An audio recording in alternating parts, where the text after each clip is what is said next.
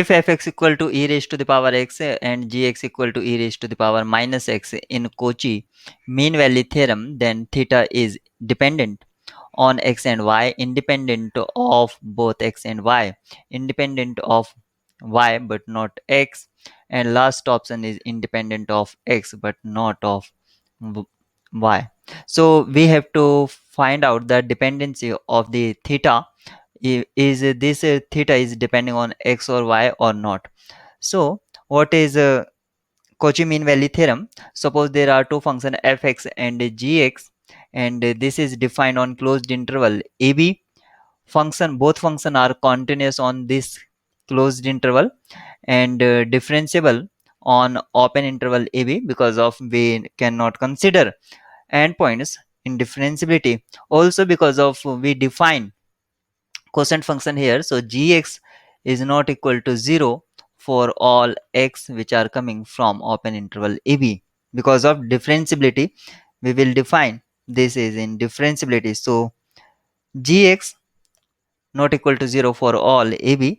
Then there exists a c between ab, or c belongs open interval ab, such that fx upon gx equal to fb minus fa divided by gb minus ga, and this is coming from Lagrange mean value theorem, which says slope can be easily find out. Suppose a function is defined, f function is defined on closed interval ab, then function is must be differentiable on open interval, then there exists f dash c, and f dash c, how we can find slope y2 minus y1 upon x2 minus x1, and y2 means coordinates of means image of function, so it will be fb minus fa upon b minus a.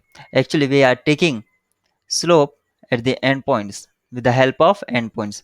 Means suppose this is a function and I am interested to find slope at this point, then suppose this is a and b, so coordinate will be b fb, and this coordinate will be a fa.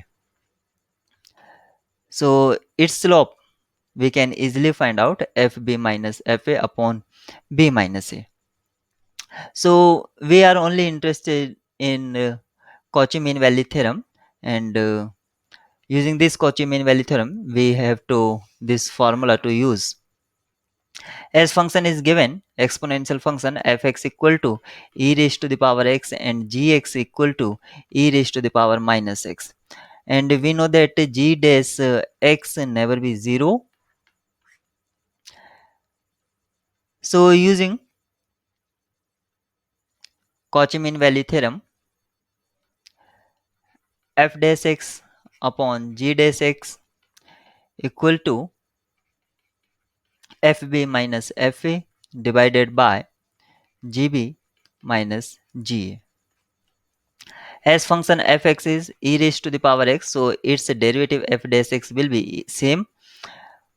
Function g is given e raised to the power minus x, so g dash x will be minus of e raised to the power minus x. So in left hand side I can use e raised to the power x upon e raised to the power minus x minus of, and fb will be e raised to the power b minus e raised to the power a divided by e raised to the power minus b minus e raised to the power minus a. So I am going to simplify this expression only, nothing else. So I can write e raised to the power b minus 1 upon e raised to the power a, and simplify this one.